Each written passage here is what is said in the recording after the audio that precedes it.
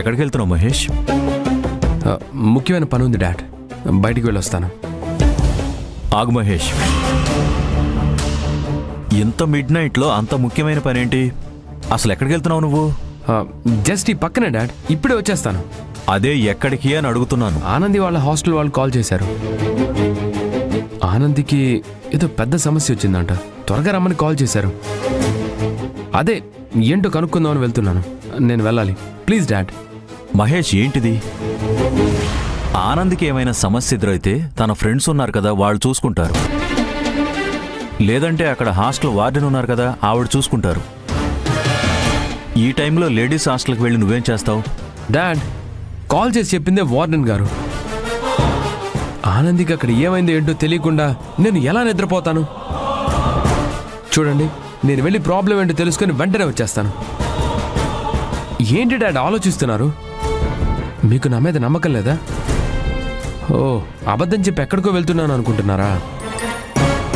ఒక పని చేయండి డాడ్, మీరు కూడా నాతో పాటు హాస్టల్కి రండి. ఇద్దరం కలిసి వెళ్ళి ఏం జరిగిందనేది వార్డెన్ గారితో మాట్లాడదాం. పదండి డాడ్, వెళ్దాం. నేను రాను, నువ్వే వెళ్ళు. త్వరగా రా. Sure dad.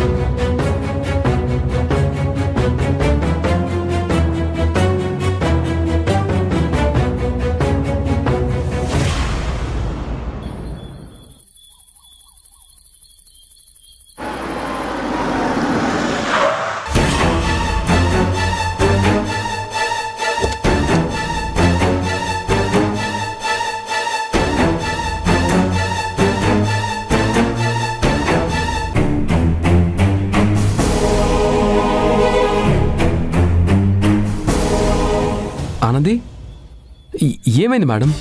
ఏంటి ప్రాబ్లం? అది నేను చెప్తాను మహేష్. ఆనంది ఇప్పటిదాకా ఎక్కడికో వెళ్ళి లేటుగా వచ్చిందే కాక గోడ దూకి హాస్టల్ లోపలికి వచ్చింది. హాస్టల్ రూల్స్ నీకు కూడా తెలుసు కదా, రాత్రి 9 గంటల తర్వాత ఎవరు బయటకు వెళ్ళకూడదు. ఒకవేళ తప్పనిసరి పరిస్థితుల్లో వెళ్ళాలంటే మేడం పర్మిషన్ తీసుకోవాలి. ఆనంది అలాంటి పర్మిషన్ ఏమీ తీసుకోలేదు. ఎక్కడికెళ్ళి వస్తున్నావు అని అడిగితే దానికి కూడా సమాధానం చెప్పడం లేదు. అందుకని ఆనంది మేడం హాస్టల్ నుంచి బయటకు వెళ్ళిపోమని చెప్పారు.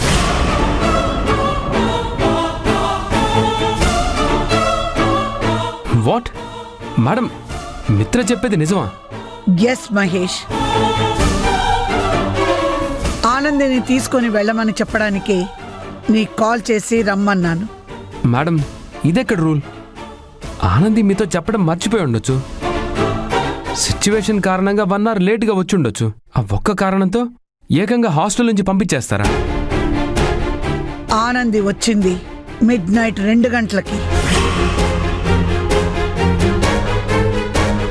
అది కూడా మెయిన్ గేట్ నుంచి రాకుండా ఎవరూ చూడకూడదన్నట్టు గోడ దూకొచ్చింది.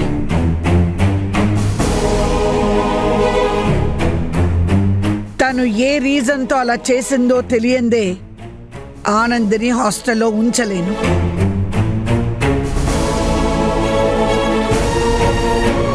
ఆనంది, ఈవినింగ్ నన్ను రెస్టారెంట్కి వచ్చి కలవమన్నా. అఫ్కోర్స్ నేను రావడం కొంచెం లేట్ అయింది.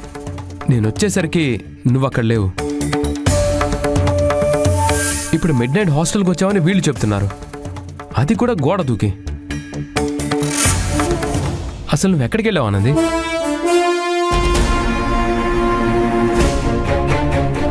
చెప్పానంది. నేనెంతగానో అడిగాను మహేష్, ఏదో పర్సనల్ వర్క్ అని చెప్తుందే తప్ప అసలు కారణం ఏంటో చెప్పడం లేదు. నా మాటకి విలువ ఇవ్వనప్పుడు తన్నింకా ఎలా ఉండనివ్వగలను? అందుకే హాస్టల్ నుంచి వెళ్ళిపోమని చెప్పాను. Madam please 1 minute. ఆనంది, అసలు ఏంటి నీ ప్రాబ్లం? మేడం అడిగితే ఎందుకు చెప్పడం లేదు? మేడం, బహుశా తనేదో ప్రాబ్లంలో ఉన్నట్టుంది. చాలా డిస్టర్బ్డ్గా కనిపిస్తుంది. మీరు కొంచెం టైం ఇవ్వండి, రేపు మార్నింగ్ వరకే. తనే ఏం జరిగిందో రేపు మీకు చెప్తుంది. ఒకవేళ తను అప్పటికీ చెప్పకపోతే నేనే ఆనందిని తీసుకెళ్ళి వేరే హాస్టల్లో చేరుస్తాను. సారీ మహేష్, ఇంతకు మించి నేను ఎక్స్క్యూజ్ చేయలేను. ఇప్పుడే ఆనందిని తీసుకుని వెళ్ళు. గాయత్రి, మేడం. ఆనంది బ్యాగ్ తీసుకొని రా. మేడం. చెప్పింది చెయ్యి.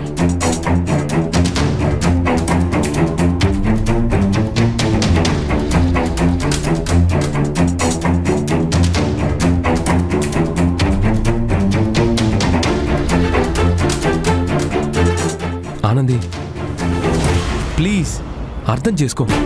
ఈ ఇష్యూని పెద్దది కానివ్వద్దని చెప్తున్నాను. దయచేసి ఎందుకు లేటుగా వచ్చావో చెప్పు. నా సొంత పని మీద వెళ్ళాను. ప్రస్తుతానికి నేను ఇంతే చెప్పగలను.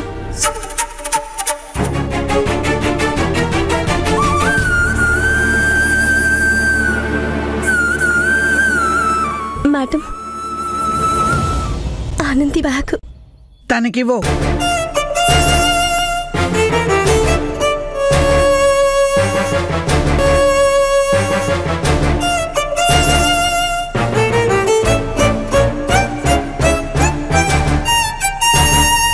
మహేష్, తీసుకువెళ్ళు.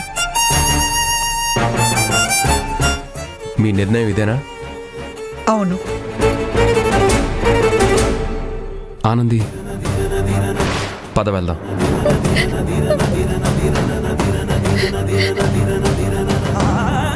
ఆనంది, నిన్నే వెళ్దాం రా.